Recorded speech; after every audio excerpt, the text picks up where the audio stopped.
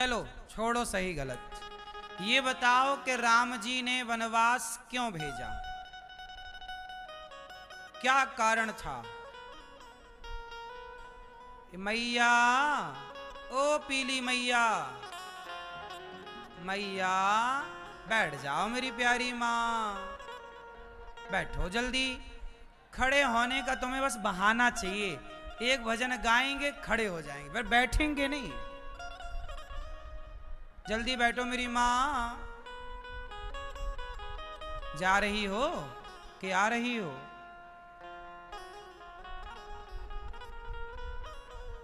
सुनो अब ध्यान से सुनो। अब ये बताओ कि भगवान राम ने माता सीता को वनवास भेजकर सही किया?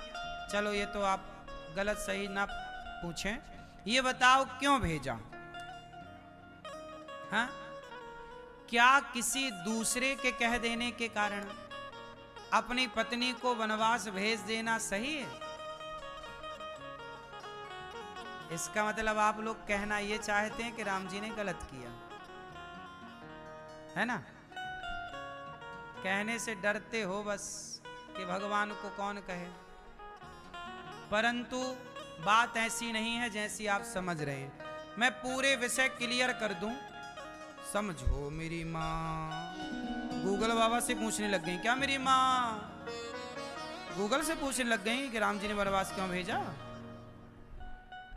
जरा भी मौका मिल जाए प्रपंच करने का, मोबाइल चलाने का, तुरंत। सुनो,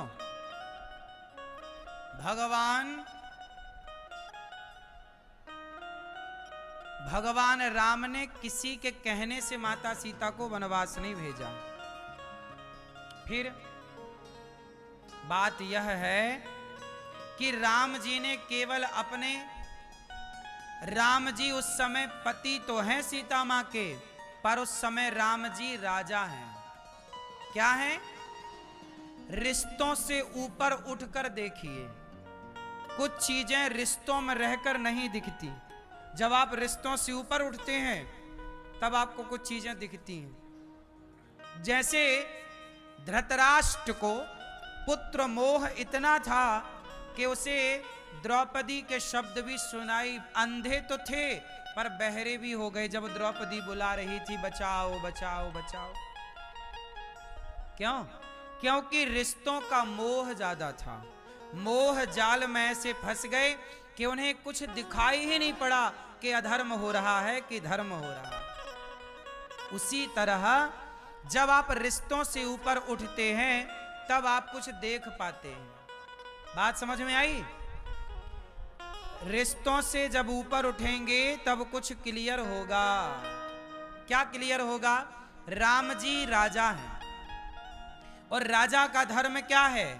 परिवार की बात सुनना कि प्रजा की बात सुनना? उत्तर दो। राजा का धर्म क्या है? यदि परिवार की बात सुनेगा तो लोग कहेंगे राजा तो देखो परिवार की बात सुनता है, लेकिन राम दुनिया भर के राजाओं के आदर्श हैं। तो राम को वो काम करना था जो अन्य राजाओं तक मैसेज जाए कि प्रजा की बात सुनो साहब, प्रजा की बात सुनना ही राजा का धर्म है। चाहे उस बात में अपनी पत्नी अपने परिवार का त्याग करना पड़े तो त्याग दो, पर प्रजा को सर्वोपरि रखो। यही राजतंत्र है, यही राजनीति है। ये आज के राजनेताओं के लिए है कि आजकल के राजनेता देश के साथ गद्दारी कर देंगे पर परिवार को नहीं छोड़ते। हिंदू सनातन धर्म को रोज गालियां देते हैं कुछ नेता पानी पी पी करके, लेकिन वो मुसलमानों के बड़े शुभचिंतक बनते हैं नेता। उन्हें मुसलमान बड़े प्रिय हैं पर हिंदुओं से नफरत है। उन्हें इस्लाम से नफरत नहीं है पर सनातन संस्कृति से नफरत है कुछ नेताओं को। बोलो हाँ।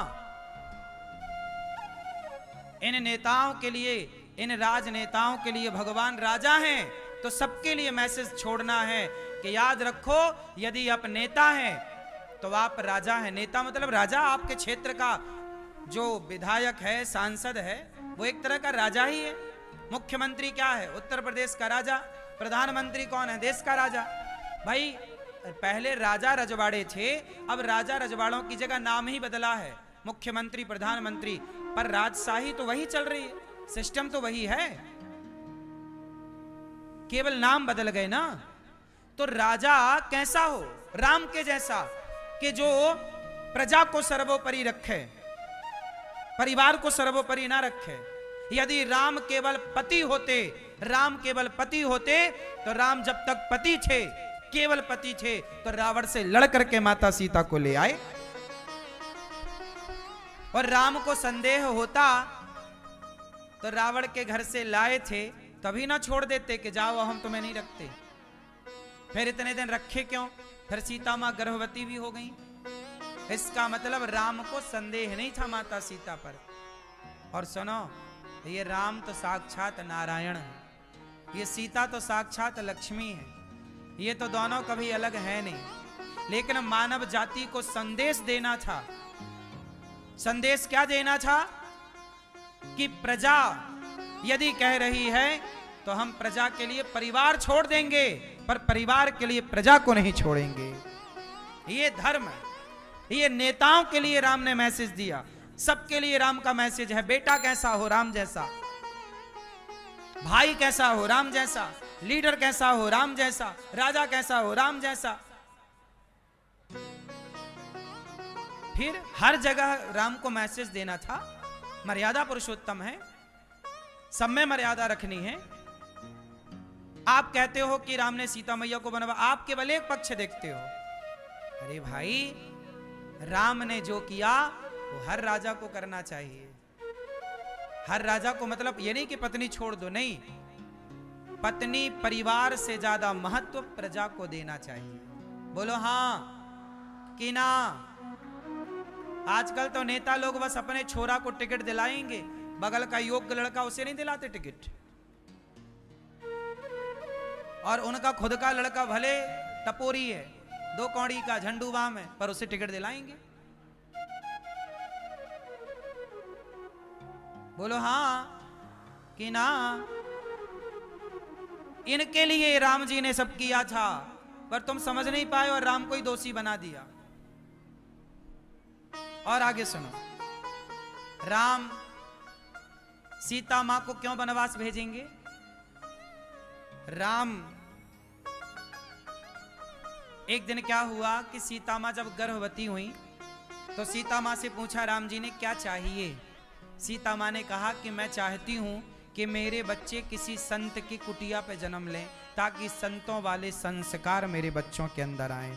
यदि राजघराने में जन्म लेते हैं बच्चे तो कहीं राज सत्ता देखकर कहीं बच्चे बिगड़ ना जाएं। ये बात वाल्मीकि रामायण में लिखी है कि सीता मैया ने खुद कहा कि मेरे बच्चे अयोध्या में नहीं, संत के आश्रम में बच्चे होने चाहिए, ताकि संतों वाले संस्कार। इसलिए महर्षि वाल्मीकि जी के आश्रम को चुना। सीता मां ने खुद मांगा। रही धोबी की बात, तो धोबी ने कह दिया कि हम अपनी पत्नी को स्वीकार नहीं करेंगे, कोई हम राम थोड़ी हैं जो सीता को स्वीकार कर ले। तमाम बातें हैं, पर एक फाइनल निष्कर्ष ये निकला मेरी बुद्धि से। आप लोग कितने सहमत हैं बताइएगा। एक बात बताओ कि राम यदि सीता मां को वनवास भेजना चाहते तो उसी दिन भेजते जब रावण के यहां से आए। इसका मतलब राम नहीं चाहते थे कि वनवास जाएं। कौन चाहता था? प्रजा। तो दोषी कौन हुआ, प्रजा या राम? प्रजा दोषी है, पर लोग गलत किसे कहते हैं? राम को। क्यों? क्योंकि बड़े का ही नाम होता है। प्रजा को लोग गलत नहीं कह रहे हैं। अच्छा एक बात बताओ, क्या प्रजा का तुम्हारे को भगवान ने मुंह दिया है तो कुछ भी बोलोगे? इसलिए ये कथा सिखाती है कुछ भी नहीं बोलने का। कई बार आप किसी के भी चरित्र पर लांछन लगा देते हैं, जो मन में आया बोल देते हैं। पति पत्नी की लड़ाई होती है, लड़ते लड़ते दोनों एक दूसरे के चरित्र पर चले जाते हैं। तू तो खराब है, तेरा तो कैरेक्टर ही खराब है। फिर लड़ते लड़ते माँ बाप तक जाए, अरे तेरी तो माँ भी ऐसे ही है, तेरा तो बाप भी ऐसे ही है। हाँ तो तुम्हारा बाप कौन सा अच्छा है? हाँ तुम्हारी माँ कौन सी सती सावित्री है? लड़ाई तुम कर रहे हो और दोनों लड़ते लड़ते कहां पहुंच जाते हैं? माता पिता पर और कैरेक्टर चरित्र को छालने लग जाते हैं। पति पत्नी, पत्नी कहती है तुम्हारा कैरेक्टर अच्छा नहीं है, जमाना सुनता है कल को तुम एक हो जाओगे, पर उछाल दिया ना कैरेक्टर चरित्र को। जमाना को तो याद अच्छा इसने तो बोला था खराब होगा।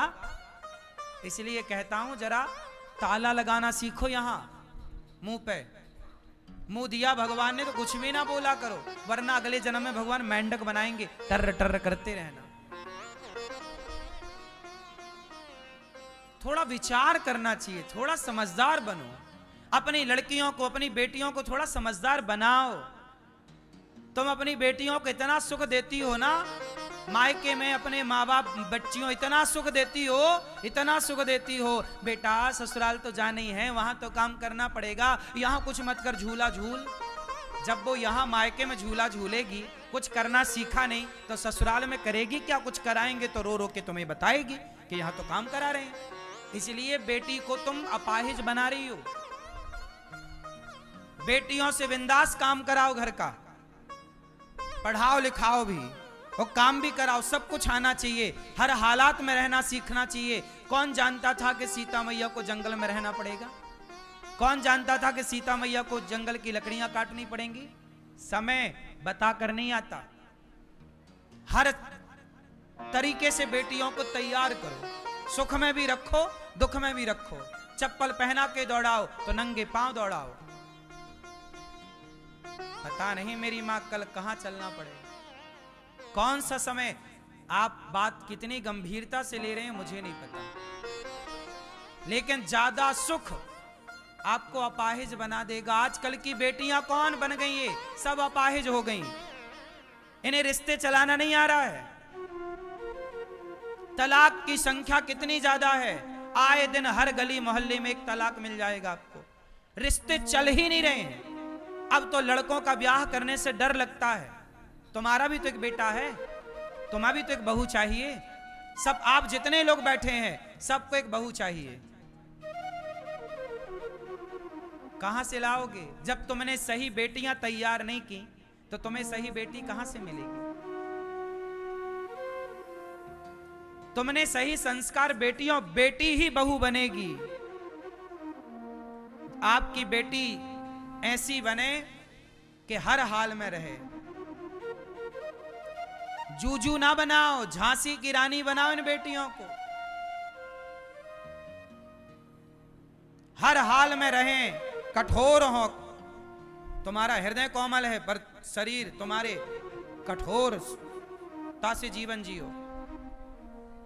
आजकल की बेटियां क्या बन जाती है? जूजू, कॉकरोच देख के भागती हैं। बनो, हमारा क्या जा रहा है? फिर लेती फिर ना तलाक शादी के 2-4 महीने बाद। बिगड़ेंगे रिश्ते। तलाक लेके कहां जाओगी? दूसरे मर्द के पास, फिर तीसरे के पास जाना तो कैरेक्टर लेस ना कहलाओगी। वैश्याएं होती हैं ऐसी जो 17 पुरुष के पास जाती हैं। तो तुमने बेटी पैदा की है कि वैश्या? चरित्रवान नहीं बनाओगी। बेटी तलाक लेके दूसरे के पास गई, सनातन धर्म में पति को छोड़ने का विधान नहीं है। यह तलाक सरकारी कार्यवाही है, धर्म तलाक की इजाजत नहीं देता। देता हो तो बताओ, किसने तलाक लिया सनातन संस्कृति में? बताओ। एक मर्द से दूसरे मर्द के पास जाना यह सनातन धर्म नहीं है। यहां तो शादी होती है, पति मर जाए तो उसी की विधवा रह के जिंदगी गुजारती है। बोलो हाँ। तुम्हारी मौसी, तुम्हारी नानी, तुम्हारी दादी, तुम्हारे पूर्वजों में कोई होगा ऐसा जो विधवा रह के जिंदगी गुजार दी पर दूसरे मर्द के बारे में सोचा नहीं? क्या वो नारियां नहीं थी? आजकल एक से तलाक लेके दूसरा, फिर दूसरा पसंद नहीं आया तीसरा, और तीसरा नहीं चौथा। तुम कपड़े बदल रही हो कि पुरुष बदल रही हो? क्या हो गया तुम्हें? ये तुम्हारी बेटियां हैं कि क्या है? ये वैश्याओं के लक्षण है मेरी मां। शुद्ध भाषा बोलनी आपको अच्छा ना लगे तो ना लगे, पर शुद्ध भाषा में से यही कहते हैं। पर हमारे देश में पतिव्रता नारियां होती हैं। क्या होती हैं? बोलो, एक बेटा अपनी मां को कैसे देखना चाहता है? उस बेटे को गर्व होता है कि मेरी मां मेरे पिता के जाने के बाद उसने किसी दूसरे पुरुष में मन नहीं लगाया। अब दूसरे के पास जाए तो उसका बेटा क्या सोचेगा? ये बातें बहुत धर्म की हैं। सरकार तो कुछ भी राइट दे रही है, कानून तुम्हें सब राइट दे रहा है। तो कानून तो आज बना है साहब, 1950 में संविधान लागू हुआ है। क्या 1950 के पहले देश नहीं चल रहा था? क्या 1950 के पहले सिस्टम नहीं था? क्या उस 1950 के पहले तुम्हारे नाना नानी दादा दादी नहीं थे? आज के 100 साल पहले बताओ कौन तलाक लेता देता था? पहले शादी होती थी सदा के लिए। पहले बेटियों को सिखाया जाता था, बेटी जा रही हो, जिस घर में तुम्हारी डोली जा रही उसी घर से अर्थी उठनी चाहिए। हाँ या ना? आजकल तो मां फोन लगाती है, बेटा 3-5 करे ससुराल वाले तो बताना, गुंडा भिजवाऊंगी। ये तो मां है।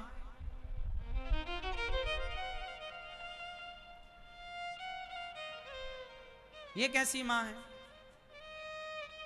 इसलिए अच्छी बहू चाहती हो तो अच्छी बेटियां बनाओ। सबने अच्छी बेटियां बनानी बंद कर दी तो बाजार में अच्छी बहुएं मिलनी बंद हो गई। बेटियां ही बहू बनेंगी, टपकेंगी नहीं बहुएं आकाश से। हाँ या ना? इसलिए पतिव्रता बनो। हमारे यहां राजा राम मोहन राय ने सती प्रथा बंद की और कुछ लोगों ने बाद में विधवा विवाह कराने स्टार्ट किए।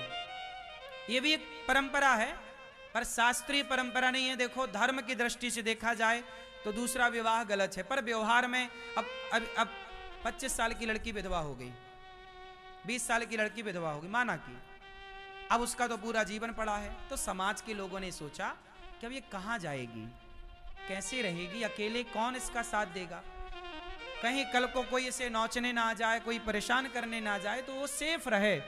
इसलिए उसे एक अच्छे लड़के के साथ दूसरा विवाह। तो ये एक व्यवस्था है समाज की, जो कि व्यवस्थाएं बिगड़ रही थी तो बना दी।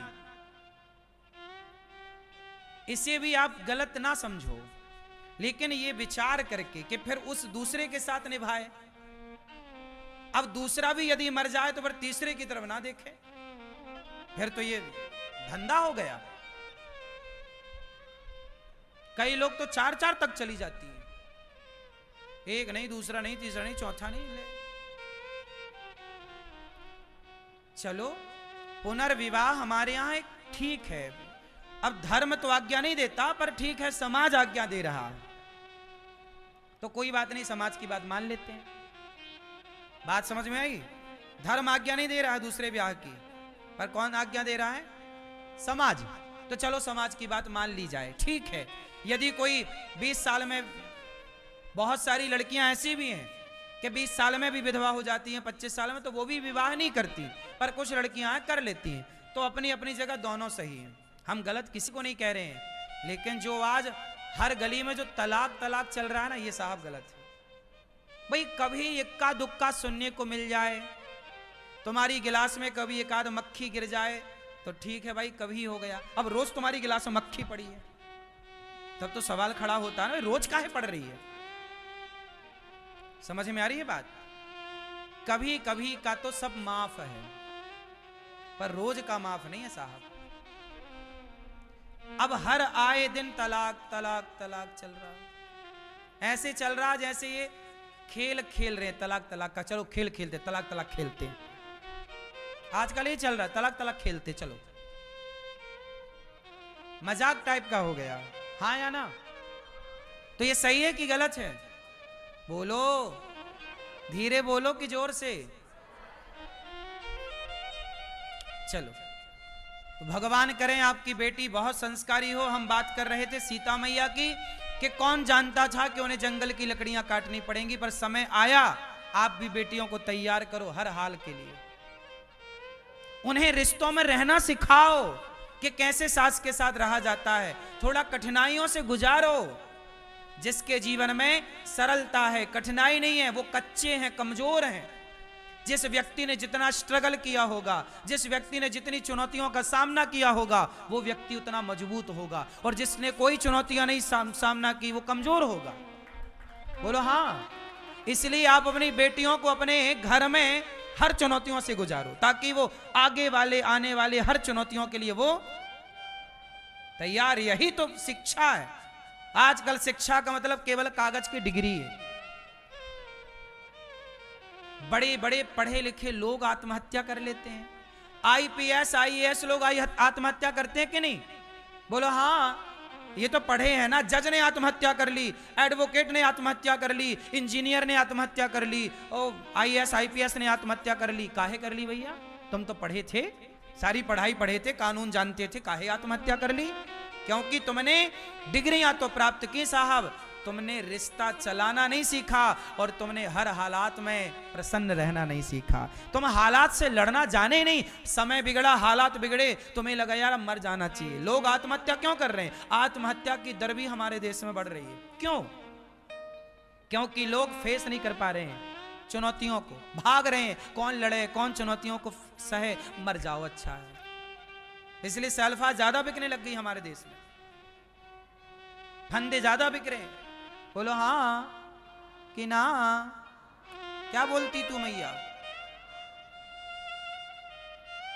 सही है? क्या सही है? सेल्फास खरीदना सही है? हाँ, क्या सही है फिर? हर हालातों के लिए हम कहते हैं चुनौतियां ज्यादा होनी चाहिए। बोलो हाँ। अपने बेटा बेटियों को चुनौतियों से गुजारो। चुनौतियां ना हो तो क्रिएट करो, बनाओ चुनौतियां, तैयार करो। कमजोर होंगे बच्चे, मर जाएंगे, आत्महत्या कर लेंगे, ना झेल पाएंगे ये समाज का। जब ये अभी देखो तुम्हारे बच्चे हैं, कल को ये जब इन्हें पे गृहस्थी का लोड आएगा, जब ये गृहस्थी जिएंगे और कल को कोई तनाव हुआ तो क्या उस तनाव को झेल पाएंगे? क्या उसके लिए तुम्हारे बच्चे तैयार हैं?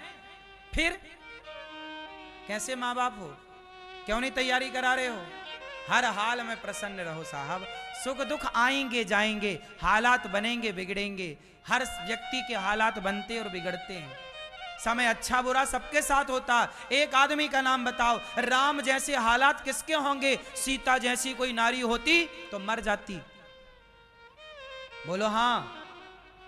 जंगल में तुम्हारा पति छोड़े आवे, लेकिन धन्य सीता मां पिता के पास नहीं गई। आज की छोरी होती फोन लगा देती, सुनो सेना भेजवाओ, आक्रमण करेंगे अयोध्या में।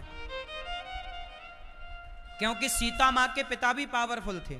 जनक जी हैं, जनक जी बहुत अच्छे हैं, उनकी सेना बहुत पराक्रमी है। चाहती सीता मैया तो पिता से मिलकर आक्रमण करा देती। क्यों भगाए हमें घर से? क्यों? क्या क्या आज की तो कोर्ट केस कर दे। लेकिन सीता मां सब्र की प्रतिमूर्ति हैं। एक नारी का धर्म जानती हैं, वो पतिव्रता है। और राम भी पत्नीव्रता है। ऐसा नहीं कि सीता गई तो राम ने दूसरा ब्याह कर लिया। कर लिया क्या? बोलो। कल मेरे पास प्रश्नोत्तरी में एक बहन आई, आज यहां है कि नहीं, मैं कल की घटना बोल रहा हूं। मेरे पास तो आए दिन रोज केस आते हैं। कल मेरे पास एक बहन आई, वो हिमाचल तरफ की थी कोई बहन। वो बताई कि मैं गाड़ी से गिर गई, मेरा दुपट्टा फंस गया था पीछे के पहिए पे, बेटा गाड़ी चला रहा था, मैं गिर गई और मैं गिरी तो मैं बेहोश हो गई, कोमा में चली गई। कोमा में चली गई 2 महीने के लिए। तो मेरे पति ने मुझे कोमा में छोड़ा, मैं कोमा में पड़ी और मेरे पति ने छोड़ा और दूसरा ब्याह कर लिया। और 2 महीने बाद वो कोमा से ठीक हो गई। कल यहां आई थी मेरे पास, बता रही थी उस समय उनकी उम्र थी 25 साल। 25 साल की पत्नी को छोड़ा, 2 बच्चे थे। पति को क्या चाहिए था? उसके पति को, आदमी तुमसे प्यार नहीं कर रहा, तुम्हारे शरीर से प्यार कर रहा है। उसे लगा अब तो कुछ मिलना नहीं, ये तो कोमा में है, अब उसकी शरीर की गर्मी जाए कहां? वो तो हवस मिटाना चाह रहा था। आजकल के लोग शादी करते क्यों हैं? सबके लिए नहीं बोल रहा हूं, पर ये सच्चाई है। आजकल विवाह का मतलब केवल हवस मिटाना है और कुछ नहीं। जानते नहीं लोग विवाह क्यों करते हैं? अरे विवाह मतलब संस्कार, विवाह मतलब संस्कार, रिश्ते बनाए हो तो हर हाल में पत्नी का साथ दो, निभाओ। राम जी की पत्नी वनवास गई, समाज को सीखना चाहिए, पर राम जी ने दूसरा ब्याह, राम जी ने यज्ञ किया। गुरु जी ने कहा कि आपको दूसरा विवाह करना पड़ेगा, क्योंकि जो यज्ञ आप करने जा रहे हैं वो पत्नी के बिना नहीं हो सकता। कोई भी पुरुष यज्ञ पत्नी के बिना नहीं कर सकता, पत्नी के बिना यज्ञ पूरा नहीं होता, पता है आपको। तो राम को ये यज्ञ करने की इजाजत नहीं दी वशिष्ठ जी ने। तब कहा कि दूसरा विवाह करो। राम जी बोले नहीं, मैं दूसरा विवाह नहीं कर सकता। फिर सोने की सीता बनाई गई। किसकी सीता बनाई गई? सोने की सीता बनाई गई। और राम का सोने की सीता जब बनाई गई, सोने की सीता के साथ फिर यज्ञ पूरा हुआ। मतलब राम जी ने अपनी पत्नी के सिवा पराई नारी को नहीं देखा, उनके पास भी ऑप्शन था विवाह का। आज के मर्द को सीखना चाहिए कि पत्नी का साथ कैसे दिया जाता है, राम जैसे दिया जाता है। ये नहीं कि पत्नी नहीं है, वनवास में है तो दूसरा ब्याह कर लो। आजकल तो 50-50 के 60-60 साल के बुढ़े कर रहे हैं दूसरा ब्याह। 70-70 साल के चला नहीं जा रहा है, ब्याह करेंगे पर बुढ़ाऊ।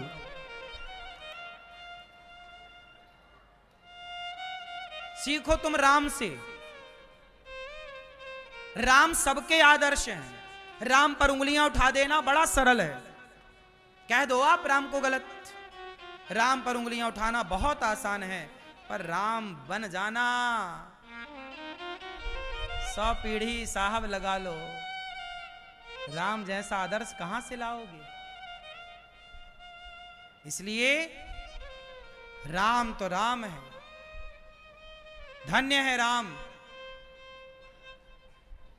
इसलिए पत्नी का साथ देना चाहिए हर हाल में। दो, ऐसा नहीं कि पत्नी कोमा में चली गई तुम छोड़ के दूसरा ब्याह कर लो।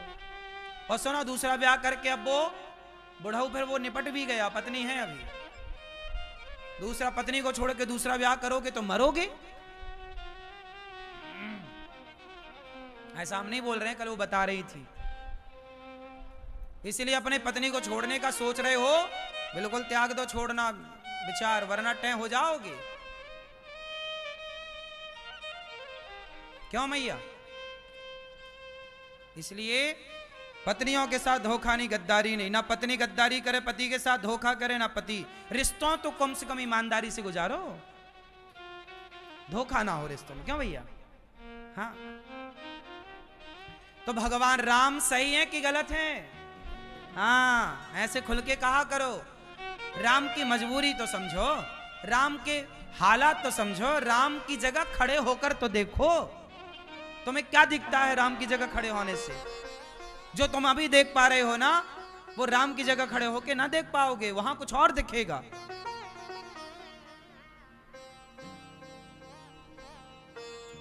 भगवान राम ने, भगवान श्री कृष्ण पूतना मौसी का उद्धार करते हैं, करवट बदलते हैं, सकटासुर को मारते हैं, नामकरण संस्कार हुआ।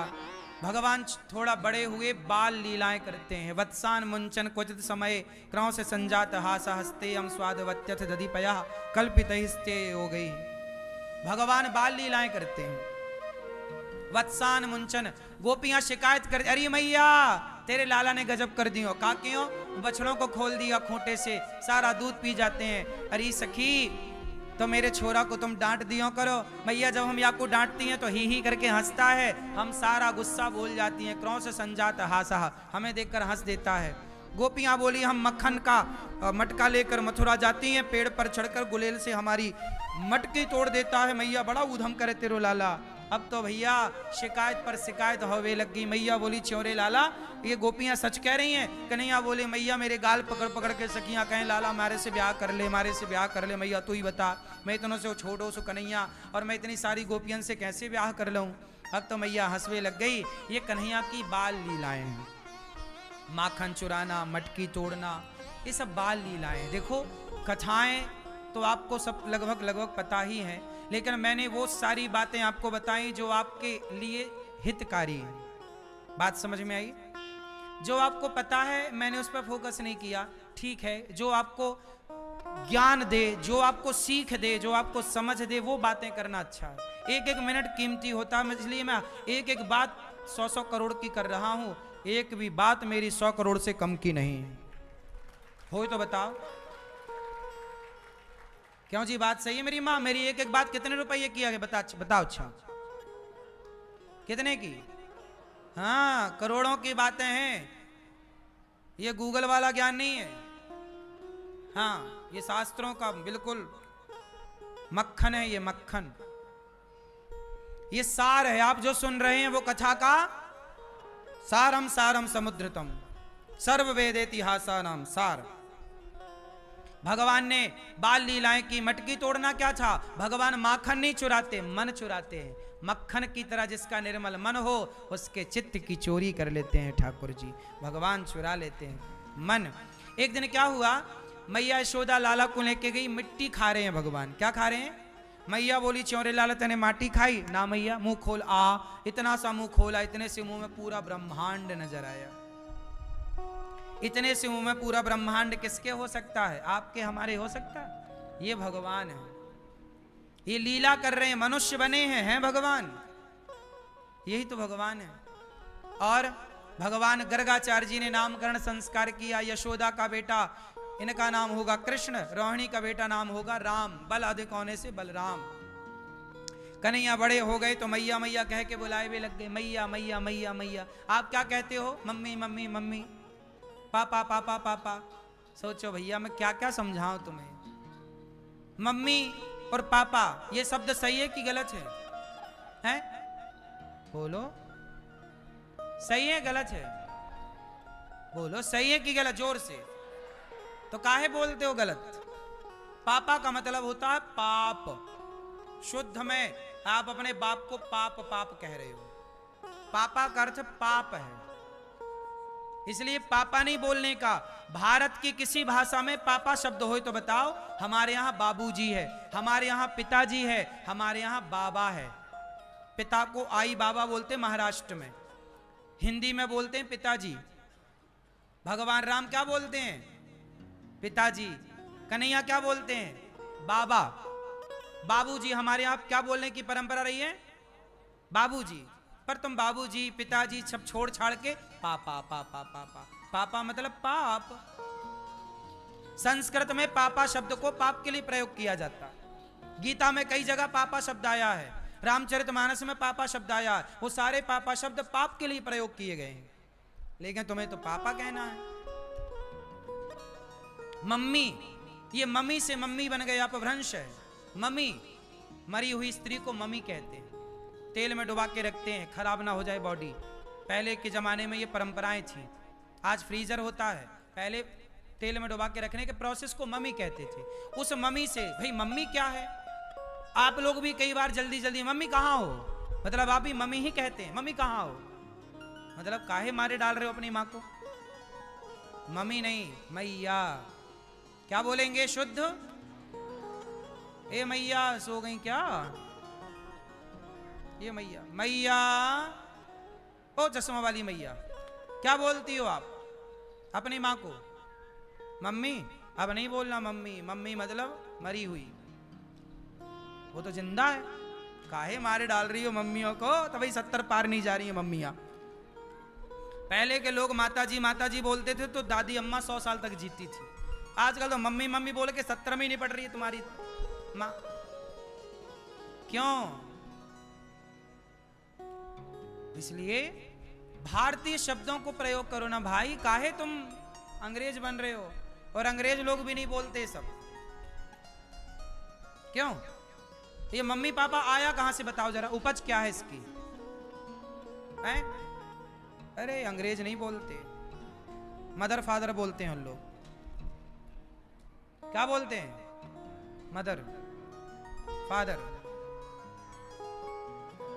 हैं? आपको क्या बोलना है ये बताओ। बोलो मैया, सब बोलो मैया मैया। पिताजी पिताजी।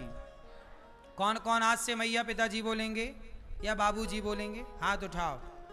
ओ मैया, तुम नहीं सुनोगी। मम्मी पापा को डिलीट मारो मस्तिष्क से, अपनी डिक्शनरी से हटाओ और माता पिता ऐड करो। मेरी माँ है, मेरी माँ है। माँ बोलो, माँ, मैया बोलो, माता जी बोलो, ठीक है। भगवान श्री, अब ये भगवान श्री कृष्ण की जब लीलाएं हुई तो एक दिन क्या हुआ, मैया यशोदा अपने लाला को दूध पिला रही है। तो राजा परीक्षित जी ने सुखदेव भगवान से कहा, गुरुदेव ये बताओ, ये माँ यशोदा ने कौन सा पुण्य किया है कि आज जगत के पालनहार इनकी गोद में बैठकर दूध पी रहे हैं। कोई तो पुण्य होगा यशोदा मैया का। अभी हमने देवकी माँ के बारे में बताया था थोड़ी देर पहले, अब हम यशोदा माँ के बारे में बता रहे हैं। यशोदा माँ ने कौन सा पुण्य किया कि जगत का पालनहार, सोचिए भगवान का एक दर्शन, एक झलक पाने को दुनिया तरसती है। बड़े बड़े साधु संत हजारों साल एक झलक पाने के लिए लगाते हैं, और वही जगत के पालनहार को यशोदा गोद में लिटाकर अपना दूध पिलाती है। कितना भाग्य है ना माँ यशोदा का, क्या पुण्य है। आओ जानते हैं। ये माता यशोदा पिछले जन्म में माता धरा थी। इनका नाम था माता का, आज इनका नाम है यशोदा।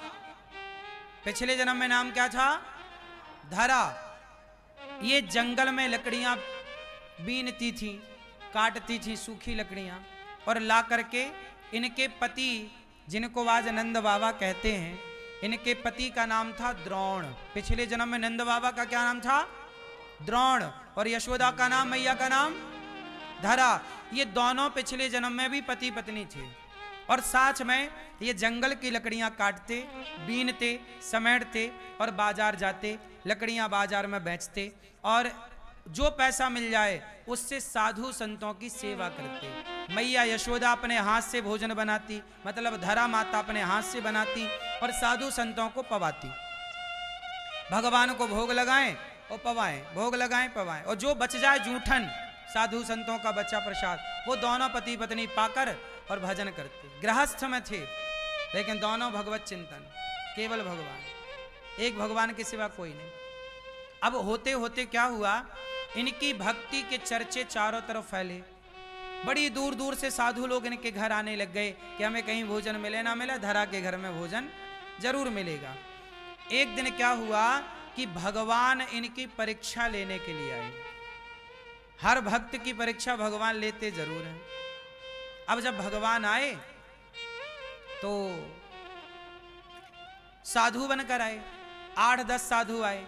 यशोदा माँ संतों को भोजन करा के, संत लोग चले गए और भोजन करा के माता लगभग 1 बजे दोपहर, लगभग 1-2 बजे तो खा पी के आदमी बर्तन साफ कर लेता। मैया भी बर्तन धुल रही थी, धरा सारे बर्तन धुल रही हैं कि कल, अच्छा वो सवेरे भोजन बनाती, दोपहर को संतों को भोजन बना के कब कराती, और 12-1 बजे तक भोजन करा के और वो बर्तन धुल के फिर जंगल की तरफ चली जाती, 1-आध घंटे विश्राम करती, और दोपहर के बाद वो जंगल जाती, जंगल में लकड़ियां समेटती, लकड़ियों का गट्ठा बना के बाजार में जाती, और बाजार में बेच के जो पैसा मिलता तो राशन खरीद के ले आती, और फिर दूसरे दिन फिर वही संतों का भोजन।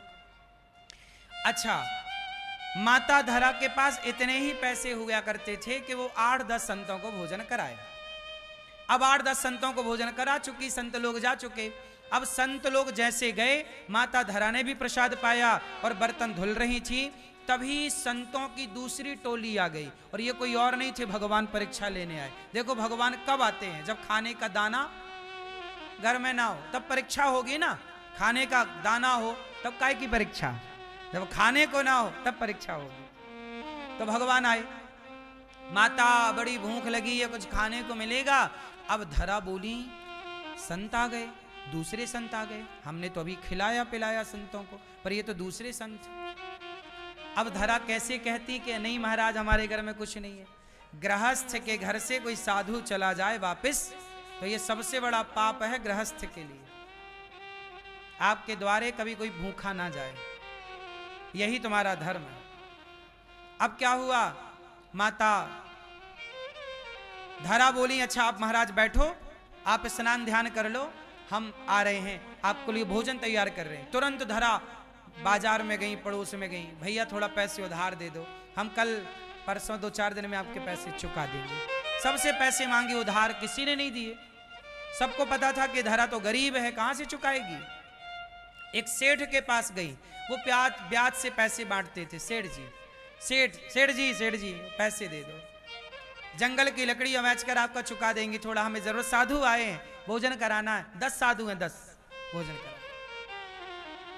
वो आदमी बोला कुछ गिरवी रखो। धरा बोली गिरवी का रखें, कुछ नहीं है। अच्छा तो एक काम करो, वो आदमी ना सेठ नियत का बड़ा खोटा। धरा माता बड़ी सुंदर थी, जवान थी, इनको देखकर ना वो मोहित हो गया और माता धरा को देखकर उसके मन में गलत गलत विचार आने लग गए। उसने बोला कि मैं तुम्हें पैसे तो दूंगा, पर बदले में तुम अपने स्तन हमें दे दो।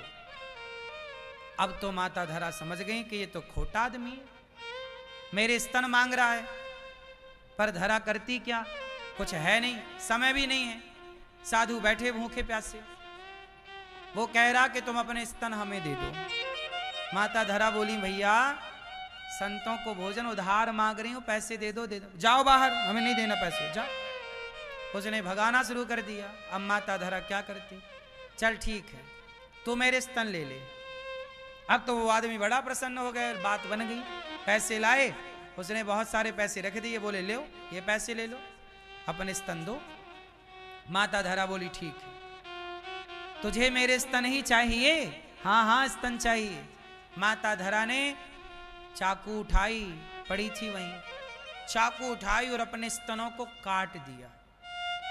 तुझे मेरे स्तन चाहिए? काट करके उसकी हथेली में अपने स्तन ये ले, तो स्तन ले ले, ये मुझे पैसे दे, संत खड़े हैं भूखे। उतने ही पैसे उठाए माता ने जितनी जरूरत थी, बाजार गई, साग सामान खरीदा, आटा दाल, साग सब्जी बनाई, पूड़ी बनाई, जो भी प्रसाद बनाया और संतों को परोसा, तो उनके शरीर से ना खून ही खून गिर रहा। अब स्तन कट जाए, इतनी चोट लगे जितना खून गिरता है, और इतना बड़ा घाव, जब 2 घाव हो गए तो कितना खून गिरे, पूरी साड़ी लहू से भीगी। माता ने वैसे ही में बनाया। देखिए जरा, शरीर में दर्द है, इस बात का दर्द नहीं है, दर्द इस बात का है कि मेरे द्वार से कोई साधु भूखा ना चला जाए। ये धर्म है, ये धर्म है। माता धरा ने उसी हाल में प्रसाद तैयार किया और प्रसाद तैयार करके संतों को परोसा। संतों ने कहा मां धरा ये आपके खून कैसा? महाराज आप भोजन करो। नहीं, संतों ने कहा पहले बताओ ये खून कैसा। तब पूरी राम कहानी बताई कि आपके लिए भोजन नहीं था, मैंने मांगा, उसने कहा कि अपने स्तन देने पड़ेंगे। मैंने कहा ये चमड़ा ही तो मांग रहा है, दे देते, काट के दे दिया। तब वो साधु संतों से कोई और नहीं, साक्षात भगवान श्रीमन नारायण प्रकट हो गए। वाह माता, आपने साधु सेवा के लिए अपने स्तनों का दान किया, अगले जन्म में अब हम आपके ऋणी हो गए। देखो, जब कोई भक्त दान करता है तो ऋणी कौन होता है? भगवान। भगवान बोले आपने साधु सेवा की तो अब हमको ऋण चुकाना पड़ेगा। आपने स्तनों का दान किया, अगले जन्म में हम आपके बेटे बनकर आपका दूध पीने आएंगे, आपका ऋण चुकाने आएंगे। वही धरा यशोदा बनी और तब भगवान मैया का दूध पी रहे हैं, क्योंकि तुमने अपने स्तनों को काट कर दान दिया था सेवा के लिए। तुम्हारे स्तन पवित्र हैं क्योंकि सेवा के लिए तुमने काट कर दे दिए। इसलिए माँ का, देवकी का दूध नहीं पिया, यशोदा माँ। इसलिए सेवा आप करते हो, ऋणी भगवान होते हैं और भगवान हर सेवा का ऋण चुकाते हैं, क्योंकि हर रूप में भगवान है। आप किसी भूखे को भोजन कराओगे तो आप जितने प्रसन्न होंगे भूखे को रोटी देकर, खाने वाला जितना प्रसन्न होगा पेट भर के, उससे कई गुना ज्यादा भगवान प्रसन्न होते कि आज मेरे भक्त को किसी ने रोटी दी। भैया तूने मेरे भक्त को रोटी दी है, अब मैं देख तेरी व्यवस्था करता हूं। भगवान ऋणी होते हैं। इसलिए कहता हूं, माता धरा की जब मैंने पहली बार ये कथा सुनी अपने गुरुजनों से, तो ये कथा ने मेरे जीवन में बड़ा प्रभाव डाला। ये कथा ने, जो कथा मैंने अभी आपको सुनाई माता यशोदा वाली, मुझे लगा कि साधु सेवा कितनी अच्छी है। ना मैं जप करना जानूं, ना मैं जप तप करना जानूं, ना पूजा जानूं, ना पाठ जानूं, ना ज्ञान जानूं, ना कुछ जानूं, कुछ ना जानो साहब। लकड़ी बेचकर साधु सेवा ही तो करती थी धरा। बस साधु सेवा कर लो, भूखे को रोटी दे दो, इससे बड़ी कोई पूजा नहीं है, कोई पुण्य नहीं है, कोई दान नहीं है, कोई धर्म नहीं है, कोई यज्ञ नहीं है, कोई जप नहीं है, कोई तप नहीं है। सेवा सबसे बड़ा। इसलिए दास ने नारा दिया, एक ही संकल्प, एक ही नारा, सेवा ही है धर्म हमारा। एक ही संकल्प, एक ही नारा, सेवा ही है, सेवा ही हमारा क्या है? सेवा ही हमारा धर्म है। इसलिए गौरी गोपाल में सेवा होती है, क्योंकि हमने ये सेवाओं की बातें सुनी, पढ़ी, देखा इसका प्रभाव कि यशोदा माँ को भगवान मिल गए सेवा के बल पर, तो हमें भी भगवान मिलेंगे सेवा के बल पर। और हमें तो मिल गए। देखो ना, लक्ष्मी नारायण भगवान आ गए कि नहीं? गौरी गोपाल में पहले सेवा हुई, फिर भगवान आए। जहां सेवा होती है भगवान वहीं जाते हैं। बात सही है कि गलत है? इसलिए भगवान के पास तुम्हें नहीं जाना, भगवान को तुम्हारे पास चल के आएंगे।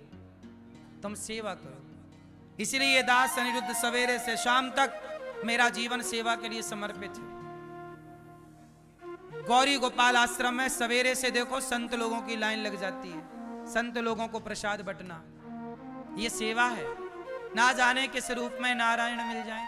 भगवान कोई बांसुरी लेकर थोड़ी आएंगे, कोई धनुष बाण लेकर थोड़ी आएंगे। जब भी आएंगे दीन दुखी के रूप में आएंगे। आपको पहचानना पड़ेगा। आपने किसी दीन दुखी का अपमान कर दिया तो वो ईश्वर का अपमान है। इसलिए ना काहू से दोस्ती, ना काहू से बैर, कबीरा खड़ा बाजार में सबकी चाहे खैर। इसलिए आपसे यही प्रार्थना करता हूं, तुम भी साधु सेवा करो। गौरी गोपाल आश्रम में जो अखंड संत सेवा चलती है, एक दिन का अन्न क्षेत्र आप भी बंटवाओ, आप भी भोजन दान करो कि आज हमारी ओर से साधु सेवा होगी, आज हमारी तरफ से संतों को प्रसाद दिया जाएगा। एक साधु को तो कम से कम रोटी दो, एक भक्त को तो पेट भर रोटी दो। इसलिए एक रोटी कितने की आती है? गौरी गोपाल में 1 लाख रोटियां रोज बनती हैं। मैं आपसे केवल इतना कहूंगा, बाजार में एक रोटी कितने की है? 10 रुपए की, 5 रुपए की मान लो, और 3 रुपए की मानो। मैं तो कहता हूं 3 रुपए का हिसाब रखो, ज्यादा भी नहीं आपका खर्चा होना चाहिए। हम कहते हैं गौरी गोपाल में 1 लाख रोटी रोज बनती है। संतों के लिए भक्त कोई भी वृंदावन में आए, गौरी गोपाल में आए, बताओ यहां से भूखा जाता है? मैं हाथ जोड़ जोड़ के सबसे कहता हूं, भैया प्रसाद पा के जाओ, भैया गौरी गोपाल आए हो प्रसाद पाकर जाओ। मेरा तो धर्म है यही कहना। और गौरी गोपाल की अखंड रसोई सेवा चल रही है। अब बताओ 1 लाख रोटियां रोज बनती हैं। मैं केवल ये चाहता हूं उन 1 लाख रोटियों में 1 रोटी आपकी रोज बटनी चाहिए गौरी गोपाल में। ये सेवा, ये जोड़ो, अपने आप को सेवा से जोड़ो, बच्चों को जोड़ो। बेटा 1 रोटी 3 रुपए का सहयोग रोज। आप 2 रोटी का सहयोग करो, आप 10 रोटी का सहयोग करो, आप 50 का करो, वो तो आपकी श्रद्धा पर है। कम से कम 3 रुपए की 1 रोटी। आपके यहाँ 5 रुपए की है कहीं, फिर भी आज भी गांव गांव में 2-3 रुपए की रोटी मिल जाती है। क्यों जी? बात सही है। हम आपका लोड नहीं बढ़ाना चाहते, हम संतोषी आदमी हैं। क्यों मैया? 3 रुपया की रोटी आप मानो, 1 रोटी का सहयोग तो कर सकते हो, और रोज करो।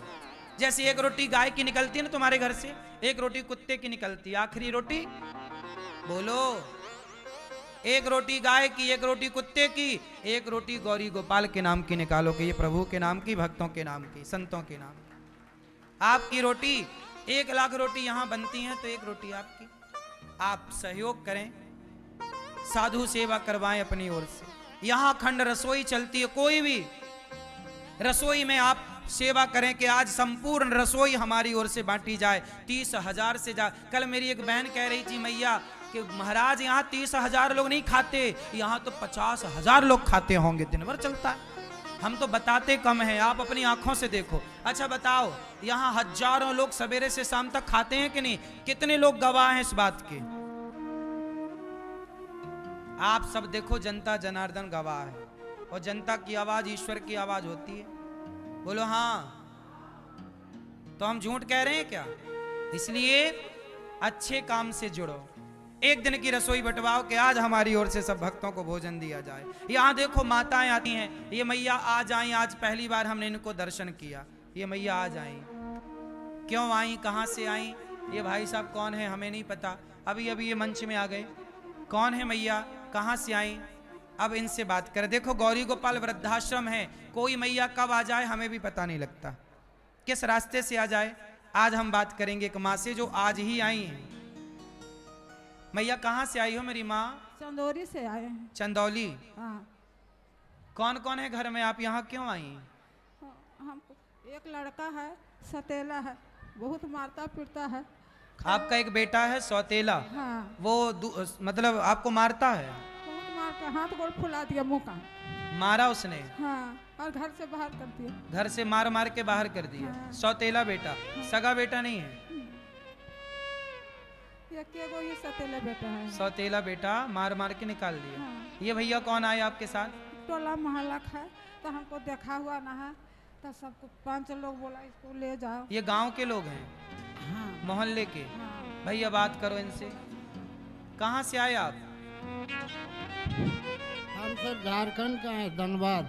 झारखंड? धनबाद। ये मैया आपकी क्या लगती है रिश्ते में? रिश्तेदार में है, मतलब बेटी का ननंद है। आपकी बेटी की ननंद है? तो आप लोग सेवा नहीं करते मैया की? बाबा हमारे पास 20-25 परिवार अपना है। अच्छा। ठीक है, हम थोड़ा इधर उधर जाते हैं तीर्थ व्रत घुमाने के लिए यात्री को, तो बगल वाले आदमी बोला बोलिए माँ को ले जाओ, वो माँ बोलती है जब वृंदावन में हम गौरी गोपाल आश्रम का बहुत मस्त देख रहे हैं, वो हमको ले जा पहुँचा दो। बगल बगल का आदमी बोला जी इसको ले जाओ भैया, ले जा करके पहुँचा। नहीं, आपकी रिश्तेदार हैं तो आपका भी तो धर्म बनता है मैया को 2 रोटी देने का, आप भी सेवा कर लेते, क्या बुराई थी? बहुत क्या करे बाबा, अपना परिवार को चलाना है, अब कितना हम इसको रख सकेंगे। गांव घर का आदमी बोला कि इसको हम ले आए हैं, पर मैया बोली हम आश्रम जाएंगे। तो आप इनको रखना नहीं चाहते? नहीं बाबा, परिवार मेरा लंबा है, हम किस चला सकेंगे। मैया अब देखो इनको कोई रखना नहीं चाह रहा, रिश्तेदार पड़ोसी, जिन्हें कोई रखना नहीं चाहता उन्हें गौरी गोपाल भगवान स्वीकार करते हैं। ये दास अनिरुद्ध उनका बेटा बनकर। मैया अब आपका बेटा ये दास है, सबकी मजबूरी है, पर हम तो आपकी सेवा करने के लिए ही आए हैं। मैया आपसे यहाँ रहने के हमने कोई पैसे तो नहीं लिए?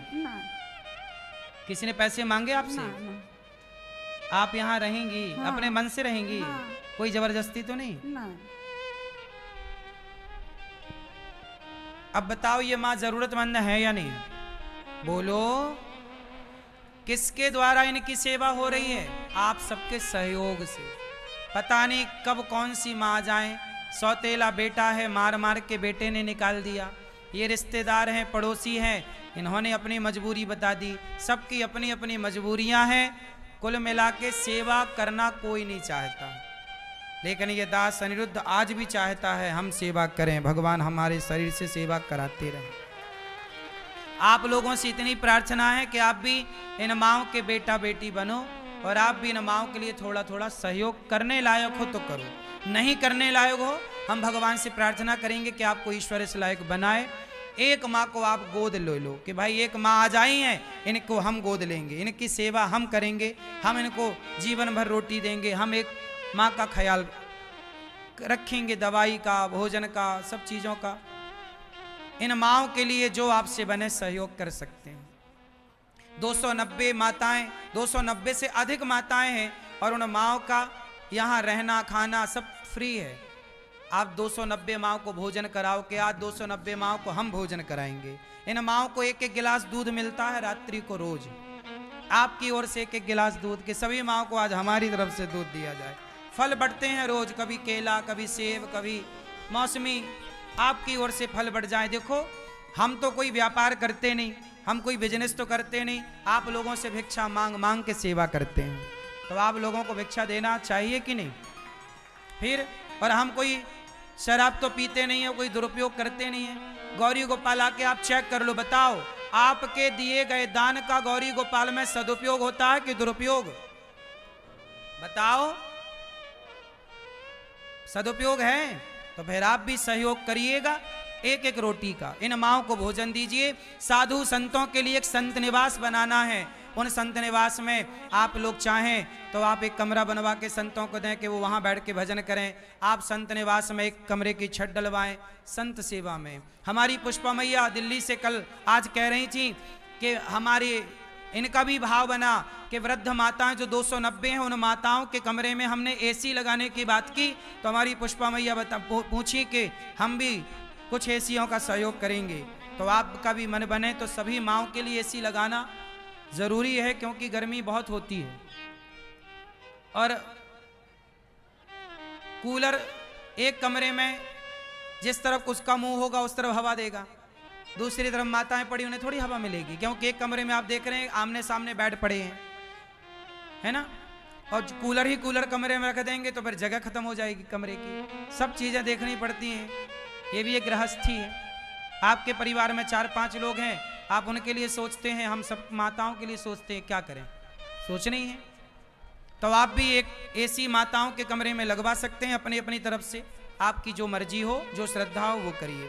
गौरी गोपाल गौशाला है, गायों की सेवा करिए। भूसा आप 1 ट्रॉली 2 ट्रॉली भूसा दान कर सकते हैं गायों के लिए, गौदान करें। और गौरी गोपाल गुरुकुल में निःशुल्क बच्चे पढ़ते हैं, 150 बच्चे, आप उन बच्चों के लिए सहयोग कर सकते हैं भोजन के लिए। जो सेवाएं गौरी गोपाल में चल रही हैं उन्हें अपनी आंखों से देखिए, मन हो तो जुड़िए। मैया अब आप यहीं रहना मेरी माँ, ये दास आपका बेटा बनकर सदा आपकी सेवा करेगा। आओ, आप में से कुछ दानवीर महापुरुषों ने धन पहुंचाया है धर्म के लिए, नाम सुनते हैं। भगवान से प्रार्थना करें कि आप जैसे दानवीरों की झोलियां भरी रहें। जितना आपने दिया ना, भगवान उसका कई गुना करके आपको लौटाएं। दान करने से धन कई गुना बढ़ता है, इसलिए आप भी नमाओं के बारे में सोचिए, आप भी गौरी गोपाल की सेवाओं के बारे में सोचिए, इन्हें अपना मानिए। आधा घंटा एक्स्ट्रा काम करिए ये सोचकर कि हमारी एक वृद्ध माँ गौरी गोपाल में रहती है, हमें उसके लिए जोड़ना है, 2 रोटियों का सहयोग करना है। आओ नाम सुने दानवीर महापुरुषों का। श्री राधे, बड़ी सुंदर पावन दिव्य कथा पूज्य सदगुरुदेव भगवान श्रवण करा रहे हैं। एक बार जोरदार तालियां पूज्य सदगुरुदेव भगवान के लिए। और इस परिवार का हिस्सा बनने के लिए आज एक माँ भी यहाँ इस पावन आश्रम में पहुंची है। आइए इस माँ को अपनाएं, इस माँ का सहारा बने, इस माँ के साथ में अपनी खुशियां बांटें और ईश्वर ने जिस लायक हमें बनाया है हम भी ऐसे माँओं के चरणों की सेवा करें। आइए मात्र 21,000 रुपये योगदान से ऐसी माँओं का सहारा हम बनते हैं और पुण्य की प्राप्ति करते हैं। मैं आशा करूंगा कि आप भी ऐसी माँओं का हाथ थामेंगे और आप भी इन माँओं के चरणों की सेवा जैसे पूज्य महाराज जी कर रहे हैं आप भी करेंगे और पुण्य की प्राप्ति आप करेंगे।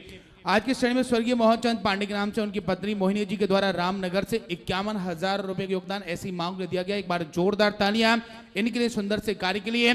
ऐसे मांग के चरणों की सेवा करते हुए आप पुण्य और आशीर्वाद प्राप्त कर रहे हैं, आपके लिए बहुत बहुत धन्यवाद। सुमित चौहान, आप सोनिया चौहान हरिद्वार से आपने 11,000 रुपए का योगदान दिया है। उमाजी विनोद अग्रवाल मेरठ से आप 27,101 रुपए का योगदान दे रहे हैं, आपके लिए भी बहुत बहुत धन्यवाद। इसी श्रेणी में अन्य क्षेत्र की पावन सेवा के लिए और अन्य पावन सेवाओं के अपने योगदान के पावन हाथ तक बढ़ा दो। भगवान दाजी दिल्ली से 21,100 रुपये आप दे रहे हैं। राजवरा जी सुभाष शर्मा हरियाणा से, पानीपत से आप गौदान अन्य क्षेत्र पावन सेवा गौ सेवा के लिए 47,000 रुपये का योगदान आप दे रहे हैं, आपके लिए भी बहुत बहुत धन्यवाद।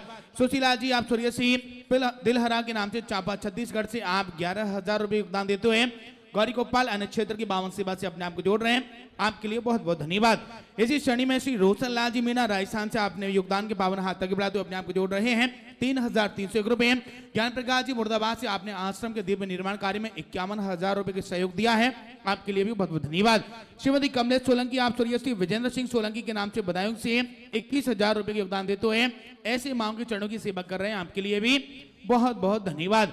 और इसी श्रेणी में रंभा तिवारी, आप छत्तीसगढ़ से और आपने संपूर्ण सेवा कार्य में 6,200 रुपये। शीशपाल जी मुजफ्फरनगर से आप 11,000 रुपये दे रहे हैं, आपके लिए बहुत बहुत धन्यवाद। अजय जी सोनम बाजपेयी और नाम से 11,000 रुपये। और स्वर्गीय गोविंद जी के नाम से सावित्री मंडल, आप उत्तराखंड से उधम सिंह नगर से आप 55,000 रुपये ऐसी मांगों की सेवा के लिए और छत के निर्माण कार्य के दे रहे हैं, आपके लिए बहुत बहुत धन्यवाद। बिहार से कर्ण देवी, आप 31,000 रुपये। प्रजापति हर्षित कुमार मंगल भाई गुजरात से आप 22,101 रुपये का योगदान देकर अपने आप को जोड़ रहे हैं। एक बार जोरदार तालियां इन सभी दानवीरों के लिए जिन्होंने अपने योगदान के पावन हाथ तक बढ़ाएं और अपने आप को जोड़ा पुण्य कमाएं। आप सबके लिए बहुत बहुत धन्यवाद। आप सबसे मेरा निवेदन रहेगा, जितने भी मेरे प्यारे भाई बहन आप सभी लोग यहाँ विराजमान हैं, आप भी पावन सेवाओं के अपने योगदान के पावन हाथ तक बढ़ाएं और अपने आप को इन पावन सेवाओं से जोड़कर पुण्य लाभ अर्जित करवाएं। आइए, जो यहाँ है उनके लिए काउंटर यहीं लगा, आप लोग काउंटर पर जाकर अपना नाम लिखा सकते हैं और जो लोग गड़बड़ी भेजना चाहते हैं उनके लिए लगातार टीवी चैनल के माध्यम से खाता संख्या, फोन नंबर और QR कोड दिखाया जा रहा है, ताकि वो लोग घर बैठे अपने योगदान के पावन हाथ तक बढ़ा सकें और अपने आप को इन पावन सेवाओं से जोड़ सकें। इसी के साथ में 10 से 16 अप्रैल बड़ी सुंदर पावन दिव्य व्रत 84